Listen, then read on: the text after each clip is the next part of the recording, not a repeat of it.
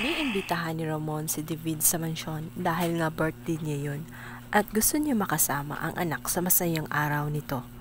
At naisip niya, ito na nga ang best time para makilala siya ng asawa niya ang si Mokang. Nagluto rin si Mokang ng masarap na pagkain para mapa-impress ang asawa niya. Maya-maya pa nga ay bigla nang dumating itong si David.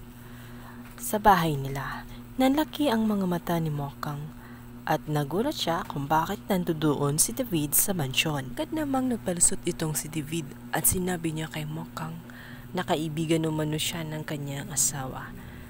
Labis namang ipinagtaka ngayon nitong si Mokang kung paano naging kaibigan niya itong si Alberto dahil nga kilalang kilala niya si David gawa ng kapitbahay niya ito sa Quiapo.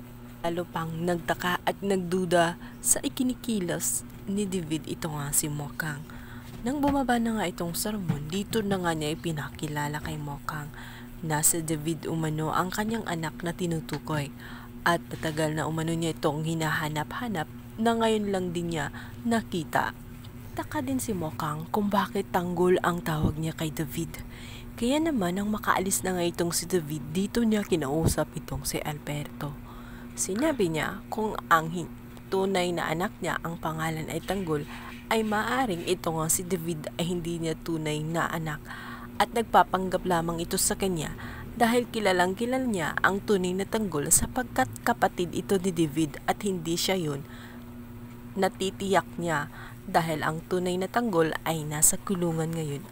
Kaya naman dahil sa sinabi nga ni Mokang ay nagsimula na ngang magduda itong si Ramon sa katauhan ni David. Kaya naman minabuti niyang paimbestigahan itong si David at inaalam din niya ang katauhan ng Tanggol na sinasabi nitong si Mokang na nasa kulungan ngayon. Subalit ito nga si Chief Espina, ang susunod na target pala ay walang iba kundi itong si Ramon. Dahil kilala nga itong isang tiwali sa lipunan. Mapapatay kaya ni Tanggol ang ama bago niya malaman na siya ang anak ni Ramon? Abangan! Thank you for watching. Please don't forget to like and subscribe.